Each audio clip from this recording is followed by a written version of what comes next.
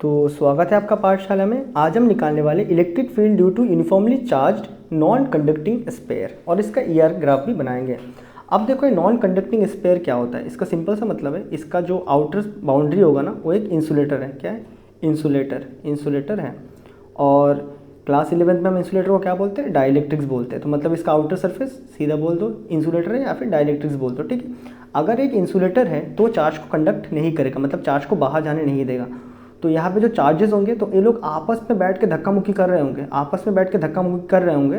मतलब एक दूसरे के ऊपर आपस में फोर्सेस लगाएंगे, लेकिन कोई भी तरीका नहीं है इनके पास कि वो सरफेस में जाके बैठे। तो सारे चार्जेस कहाँ? इसके अंदर में बैठे हुए रहेंगे। यहाँ तक बातें क्लियर है? डन, हमें यहाँ तक बात समझ आता है।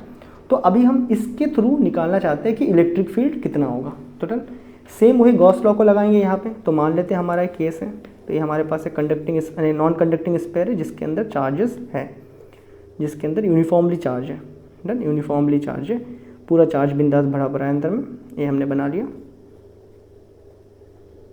ये हमें समझ आता है। डन, अब हम इसमें तीन पोजीशन में निकालना चाहते हैं। एक तो इसके जस्ट बाहर में, एक इसके जस्ट सरफेस में। तो इसके लिए सरफेस का फंडा समझाऊंगा, और इसके जस्ट कुछ अंदर में। डन, तो मैं यहाँ मान लेते हैं इसका स्फीयर का सेंटर है, तो मैं मान लूँगा ए जो डिस्टेंस है, ए कुछ r1 डिस्टेंस है लास्ट टाइम के जैसा, और ए जो डिस्टेंस मैंने माना था इसको लेटेड बी, ए वाला जो डिस्टेंस है बाहर जो सरफेस में निकालना है, ए आज का रेडियस r है, और जो मुझे एक और निकालना है दैट इज से ए वाला डिस्टेंस जो कि पी पॉइंट में है आउटर साइड में, इसका डिस्टेंस स्मॉल r है, जो हमने लास्ट टाइम भी माना था। डन, अब मुझे क्या करना है, मान लेते हैं इसके ऊपर इस जो पूरा चीज़ है ना, इसमें कुछ क्यू अमाउंट ऑफ चार्ज है। कितना है? इसमें पूरा क्यू अमाउंट ऑफ चार्ज है, मतलब इसके अंदर में क्यू अमाउंट ऑफ चार्ज है, ठीक है। बाहर में तो एक भी नहीं है, अंदर में। डन, तो अगर मुझे इलेक्ट्रिक फील्ड निकालना है तो पहले मुझे गॉसियन सरफेस लेना होगा। तो करते हैं वही चीज़। let us consider a Gaussian surface, Gaussian spherical surface, Gaussian spherical surface which is coincentric at the non-conducting sphere, non conducting charge sphere है। जो नॉन कंडक्टिंग चार्ज स्फीयर है इसके सेंटर से ही हमने गॉसियन सरफेस लिया है एट ए डिस्टेंस, कितना distance में? At a distance r। बातें क्लियर है? तो हमने कंसिडर कर लिया। तो गॉसियन थ्योरम का अप्लाई करना है तो फर्स्ट स्टेप क्या होता है कि हम पहले क्या निकाल लें? Electric flux, that is closed integral E dot D S हम पहले निकालना चाहते हैं। तो निकालते चलो, तो ए लिख देंगे that is E D S cos theta. तो यहाँ पे जब मैंने गॉसियन सरफेस को लिया था जो कि स्पेरिकल था नेचर में, तो स्पेरिकल है, एरिया वेक्टर बाहर आएगा। डन है। अब ये जो चार्ज है पॉजिटिव चार्ज है, इलेक्ट्रिक फील्ड कैसे बना रहे होंगे? बाहर की तरफ बना रहे होंगे। तो इलेक्ट्रिक फील्ड भी ऐसा होगा। तो इनके बीच में एंगल 0 डिग्री, कोई प्रॉब्लम नहीं है, यहाँ तक एकदम ईजी चल रहा है, चलने दो। तो phi E D S cos 0 degree, कोई दिक्कत बिल्कुल नहीं। Cos 0 1 integration E D S आ चुका है हमारे पास। डन है, यहाँ तक हमें समझ आता है। अब देखो इलेक्ट्रिक फील्ड इस सारे पॉइंट में सेम होंगे। लेट्स से ई इंटीग्रेशन बचेगा डी एस।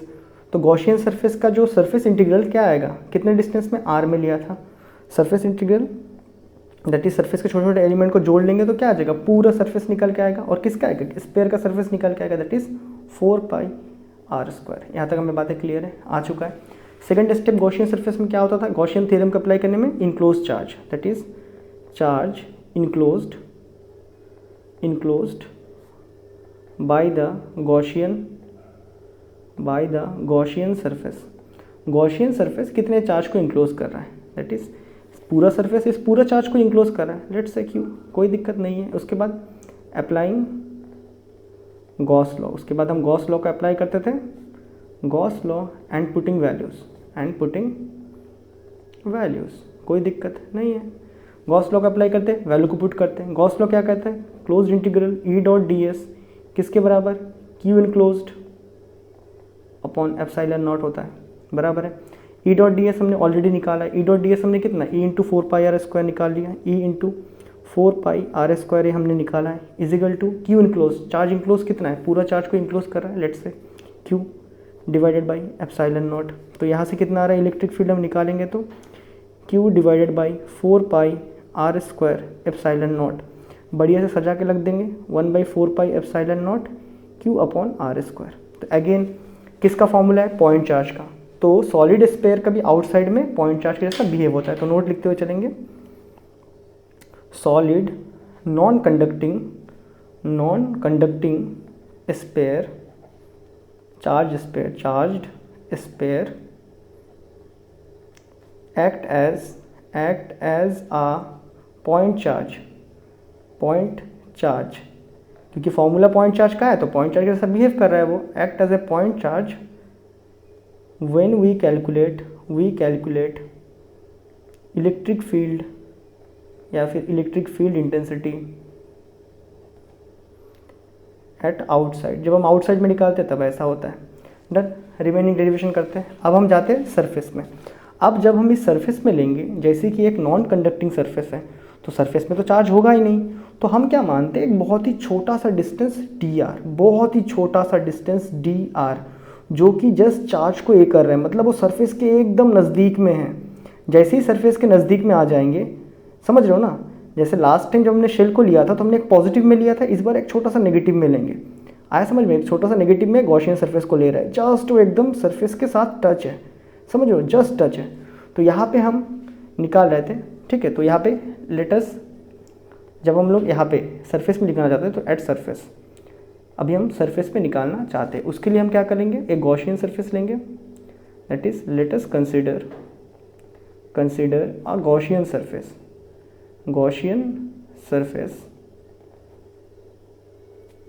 एट डिस्टेंस, कितना डिस्टेंस सरफेस में निकालना चाहते हैं, that is distance, let's say जो डिस्टेंस है, रेडियस है इस नॉन कंडक्टिंग का स्फीयर का r माइनस एक छोटा सा dr, ठीक है, r माइनस dr ले लिया। यहाँ पे dr क्या है, एकदम बहुत ही छोटा है, 0.000000001 मीटर, बहुत छोटा है, मतलब dr टेंस टू 0 है, इसे नेग्लेक्ट कर ही देंगे हम लोग कुछ देर में, डन है। तो ये हमने मान लिया। फिर से वही लेटेस्ट कंसिडर गॉसियन सरफेस हो गया, दैट इज अब निकालना है हमें phi E dot D S.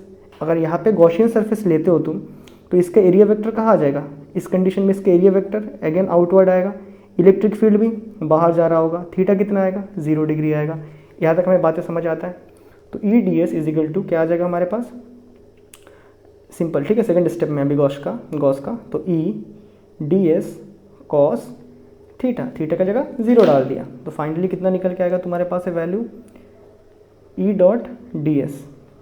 तो ई तो हर जगह कांस्टेंट आएगा, इसमें इलेक्ट्रिक फील्ड बचेगा surface integral of D S. अभी तुम इसका पूरा सरफेस को इंटीग्रेट करोगे तो क्या मिलेगा, इस छोटे छोटे सरफेस को अगर पूरा इस स्पेयर का जो मैंने अंदर गॉसियन सरफेस लिया है उसका छोटे छोटे पार्ट को अगर पूरा जोड़ लोगे तो क्या मिल जाएगा, सरफेस एरिया मिलेगा। सिंपल सी बात है। उसका सरफेस एरिया कितना होगा, रेडियस मैंने इतना लिया है, that is 4 pi r minus D R का होल स्क्वायर। यहाँ तक बातें क्लियर है। As D R tends to 0, neglect कर रहे हैं इसको, नेग्लेक्टिंग इट। अगर यहाँ पे डी आर वर्ड छोटा छोटा नहीं मानोगे तो नहीं निकाल पाओगे, ठीक है। तो कितना आ जाएगा, ई इंटू 4 पाई, डी आर को 0 मान लिया तो बचेगा क्या, आर स्क्वायर बच रहा है, डन। तो यहाँ पे तुम्हारा ई डॉट डी एस कितना आया वेक्टर फॉर्म में, ई dot D S vector form में कितना आया, इसके बराबर आ चुका है। थर्ड स्टेप क्या है, charge enclosed, that is charge enclosed by Gaussian surface. अब हमने इस गॉसियन सरफेस को इतना छोटा माना है कि मान लो कि जस्ट वो टच ही कर रहा है, समझ लो जो नॉन कंडक्टिंग शेल है ना उसको जस्ट टच ही कर रहा है, वो टच कर रहा है, जस्ट टच कर रहा है। तो इसके अंदर क्या चार्जेस, अगर हम थ्योरेटिकली देखें तो उतने ही चार्जेस जितने इस केस में आया था उतना ही चार्जेस, एकदम छोटा सा है। देखो सारे चार्जेस इसके अंदर में ही आ रहे हैं ना, हमने इतना छोटा मान लिया कि सारे चार्जेस इसके अंदर में ही आ रहे हैं। तो charge enclose by Gaussian surface से रेड वाला कितना होगा, अगेन क्यू होगा, क्योंकि हमने उसको इतना छोटा माना है कि भाई एकदम सटके है, मान लो सटके है लेकिन एक डिफरेंस है, डन। तो क्यू ही आएगा। तो इस केस में क्यू आ चुका है। Therefore applying Gauss law and putting values या पुट वैल्यूज, एक ही चीज़, पुटिंग वैल्यूज। तो जब गॉस लॉ का अप्लाई करके हम वैल्यूज़ को पुट करेंगे तो कुछ कैसा हो जाएगा देखने में। देखो गॉस लॉ क्या कहता है, closed integral of E dot D S is equal to क्या होता है, charge enclosed upon epsilon naught. ये बातें क्लियर है, हमें आता है। ई डॉट डी एस हमने निकाल लिया था already, E into 4 pi R square आया था। इनक्लोज चार्ज Q है अपॉन एप्सिलॉन नॉट, तो यहाँ से भी electric field Q divided by 4 pi R square epsilon naught, या फिर इसको तुम सिंपली लिखोगे तो कैसा आ जाएगा तुम्हारे पास, that is 1/4 pi epsilon not capital Q upon R square. Done. तो ए बी किसका है, पॉइंट चार्ज का ही फॉर्मूला निकल के आ चुका है। तो यहाँ तक डेरिवेशन सेम है शेल का और तुम्हारा जो स्पेयर है ना, नॉन कंडक्टिंग स्पेयर, यहाँ तक डेरिवेशन सेम है। तो यहाँ पे भी नोट लिख लेंगे, solid conducting charge sphere act as a point charge when we calculate electric field at outside and at surface। यहाँ तक बातें सेम है। ट्रिकी पार्ट अब शुरू होता है। डन। अभी हम कहाँ, सेंटर में जाने वाले, अंदर में आने वाले, ठीक है। जैसे ही हम अंदर में इस कोई एक पर्टिकुलर पॉइंट पे मूव करेंगे, ध्यान देना, वेरी क्रूशियल। सपोज मैंने इस आर पॉइंट पे मूव किया, तो मुझे यहाँ पे गॉसियन सरफेस बनाना है, बना लिया मैंने गॉसियन सरफेस। तो ये मैंने गॉसियन सरफेस बना लिया इसका, यहाँ तक बातें क्लियर है। That is at inside R1 distance पे हम निकालना चाहते हैं, एट इनसाइड R1 डिस्टेंस पे, बराबर है। So consider a Gaussian, consider a spherical Gaussian surface, एक spherical Gaussian surface which is center at same definitions, which is center at the, मतलब वो कोई सेंट्रिक को लिख रहा है, ठीक है, which is center at the center of non conducting sphere। Done. जिसका सेंटर क्या है, नॉन कंडक्टिंग स्पेयर के सेंटर में है। तो ये हमने मान लिया। तो फर्स्ट स्टेप में हमें क्या निकालना है, ई डॉट डी एस निकालना है, इस वैल्यू को निकालना है। तो इसको निकालेंगे, तोड़ लेंगे तो E D S cos theta आ जाएगा हमारे पास, इजिकल टू, यहाँ पे देखो अभी ये जो मैंने गॉसियन सरफेस लिया, इसका भी एरिया वेक्टर बाहर, इसके अंदर जो चार्ज इंक्लोज हुए, ए बी क्या इलेक्ट्रिक फील्ड कहाँ बनाएंगे, बाहर की तरफ। थीटा कितना आएगा, 0 आएगा। यहाँ तक हमें बातें समझ आता है। तो sigma E D S cos 0 का वैल्यू 1, तो बचेगा क्या, ई डी एस। ये जो गॉसियन सरफेस लिया है, इसके सारे पॉइंट भी इलेक्ट्रिक फील्ड सेम हो गए क्योंकि सेम डिस्टेंस में है सारे। डन। तो इलेक्ट्रिक फील्ड सब में सेम। अंदर क्या बचेगा, surface integral of D S. अभी तुम अगर इसका सरफेस इंटीग्रल निकालोगे इस चीज़ का, तो इसका कितना आएगा सरफेस, स्पेयर का surface radius 4 pi R1 square, that is E into surface of A वाला Gaussian surface, that is 4 pi R1 का स्क्वायर। स्मॉल पार्ट को इसको जोड़ लोगे तो पूरा मिल जाएगा। और कितना मिलेगा, स्पेयर का सरफेस मिलेगा, लेकिन ये छोटा वाला गॉसियन सरफेस के अंदर वाला, ठीक है, ब्लू वाले का 4 पाई R1 स्क्वायर, ये हमने निकाल लिया। अभी बच्चे कंफ्यूज करते हैं, चार्ज कितना इनक्लोज्ड है। थर्ड स्टेप में चार्ज इनक्लोज्ड बाई, ए कर लिया तो हो गया charge enclose by Gaussian surface. अब देखो एक सॉलिड बॉल है, बॉल के अंदर चार्ज भरा पड़ा है, कौन सा डेंसिटी यूज़ करोगे, वॉल्यूमेट्रिक डेंसिटी। दैट इज हमें पता है charge enclose by Gaussian surface कितना होगा, इसका charge density rho per unit volume is equal to क्या होगा, इस पर्टिकुलर में जितना वॉल्यूम है, इस पर्टिकुलर में जितना वॉल्यूम है, लेट्स सी डीवी, इसके अंदर जितना वॉल्यूम है, दैट इज इसका चार्ज डेंसिटी कितना होगा, रो इजिकल टू इसके अंदर कितना चार्ज प्रेजेंट है, इस पर्टिकुलर एरिया के अंदर कितना चार्ज प्रेजेंट है, कैसे पता करेंगे, Q बाई डी ऐसा लिख देंगे। तो यहाँ से अपना Q कितना आ जाएगा, रो इंटू डी वी। ये हमने स्टार्टिंग वीडियोज़ में देखा था वॉल्यूमेट्रिक चार्ज डेंसिटी वाला। तो ये Q कितना है, इसके अंदर Q कितने इंक्लोज्ड है, Q is equal to rho D V amount of, मतलब चार्ज इसके अंदर इंक्लोज्ड है। ये हमने निकाल लिया, बस क्वेश्चन इज सॉल्व। अच्छा एक और स्टेप यहाँ बचता है, रो, ये जो डी वी है, मतलब ये जो वॉल्यूम है, ये वॉल्यूम कितना है, एक स्पेयर है, स्पेयर का volume 4/3 pi R cube. R यहाँ पे कितना था, R1 लिया था, दैट इज R1 का क्यूब। ये हो गया, बस खत्म, इंक्लोज चार्ज निकाल लिया, बस खत्म। ठीक है, बस अप्लाई तो करना है। उसके बाद apply Gauss law and put values, Gauss law का अप्लाई करो, पुट वैल्यूज़ करो। दैट इज गॉस लॉ कहता है ऐसा कुछ रहेगा, sigma E D S is equal to Q enclosed upon epsilon naught, यही कहता है हमारा गॉस। ई डी एस हमने निकाला, कितना आया था, E into 4 pi R1 square, यहाँ से निकाल लिया था, इजिकल टू इनक्लोज चार्ज कितना है, that is rho into 4/3 pi R1 cube divided by epsilon naught. जो भी चीज़ें इसमें कटते सबको काटो, 4 कटा 4 कटा, पाई कटा पाई कटा, R1 स्क्वायर और यहाँ पे क्या है R1 क्यूब, तो कट जाएगा तो यहाँ पे खाली जस्ट एक R1 बच जाएगा। तो फाइनली इलेक्ट्रिक फील्ड इनसाइड में क्या आ जाएगा आपका, रो R1 अपॉन एप्सिलॉन नॉट। यहाँ तक बातें क्लियर है। तो इलेक्ट्रिक फील्ड आपका रो R1 अपॉन एप्सिलॉन नॉट। इसका मतलब क्या है, जैसे जैसे आपका R बढ़ते रहेगा वैसे वैसे इलेक्ट्रिक फील्ड बढ़ते रहेगा। मतलब क्या है, E और R क्या है, डायरेक्टली प्रोपोर्शनल है। इसका मतलब क्या है, जैसे जैसे आपका R डिस्टेंस बढ़ेगा वैसे वैसे अंदर में इलेक्ट्रिक फील्ड बढ़ते रहेगा। डन। इसका मतलब वही होता है ना, लिख लेते हैं, as the distance from the centre increases, मतलब R इंक्रीजेस, इलेक्ट्रिक फील्ड भी इंक्रीज हो रहा होगा। डन। अब लास्ट जो पार्ट बचा है जो है ग्राफ, उसको बनाते हैं। डन। इसका जो ग्राफ है, इस ग्राफ के लिए आप क्या देखोगे, ये जो हमारे पास बाहर में आया था वो भी लास्ट जो हमने प्रूफ किया था उस केस में आया था, ए भी यहाँ तक सेम वैल्यू आया था। तो यहाँ का जो ग्राफ है वो लास्ट ग्राफ के जैसा बनेगा। अंदर में जस्ट थोड़ा इस बार अलग से ग्राफ बनने वाला है। ठीक है, तो उसको बनाते हैं फटाफट।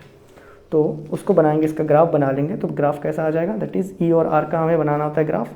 तो ये मान लेते हैं इलेक्ट्रिक फील्ड है और ये मान लेते हैं रेडियस है जो कि बढ़ रहा होता है, ये इलेक्ट्रिक फील्ड है। तो यहाँ पे हमारे पास जो रिलेशन आया था अंदर में वो क्या हो रहा है, जैसे जैसे रेडियस बढ़ेगा वैसे वैसे इलेक्ट्रिक फील्ड बढ़ते रहेगा। और कब तक बढ़ेगा, जब तक यहाँ पे ना पहुँचे। यहाँ पे मैक्सिमम होगा, उसके बाद फिर कम हो रहा होता है। ठीक है, उसके बाद यहाँ पे फिर कम हो रहा होता है। तो देखना, जैसे जैसे हम आगे बढ़ रहे हैं इलेक्ट्रिक फील्ड बढ़ रहा है बढ़ रहा है बढ़ रहा है। कब तक बढ़ेगा, जब तक हम R अमाउंट पे ना पहुँच जाए, रेडियस पे पहुँच जाए। जैसे ही रेडियस पे पहुँचेंगे हमारे पास मैक्सिमम इलेक्ट्रिक फील्ड आ चुका होगा। और उसका वैल्यू कितना है, उसका वैल्यू कितना है हमने निकाला था यहाँ पे, ये रहा, हमने उसका वैल्यू भी निकाल लिया था। डन है, ये हमने उसका वैल्यू भी निकाला था। ई मैक्स कितना आया था, 1/4 pi epsilon not Q upon R square, maximum आ चुका है। जैसे ही उसके बाहर में जाएंगे, दैट इज़ आउटसाइड कंडीशन है, वहाँ R स्क्वायर के साथ डिप्लीट हो रहा है। आगे चलते रहेंगे डिप्लीशन हो रहा है। कैसा हो रहा है, ऐसा करके डिप्लीशन हो रहा है। क्या बातें क्लियर है। यहाँ पे इलेक्ट्रिक फील्ड कितना है आउटसाइड में, जो कि इन्वर्सली प्रोपोर्शनल है R स्क्वायर के साथ। जैसे R बढ़ते रहेगा वैसे कम होते रहेगा। डन। तो ये इसका ER ग्राफ होता है किसका, अगर आपके पास एक नॉन कंडक्टिंग स्पेयर है। डन। और इसका ER ग्राफ ए होता है फाइनली। तो आई होप आपको ये वीडियो बहुत बढ़िया से समझ आया होगा और मैं मिलता हूँ आपसे लास्ट टॉपिक में, जो कि नेक्स्ट वीडियो में बात करेंगे इलेक्ट्रोस्टैटिक शील्डिंग, और इसके साथ आपका क्लास 12 का पहला चैप्टर खत्म हो जाएगा। तो मैं मिलता हूँ आपसे उस वीडियो में, तब तक के लिए गुड बाय।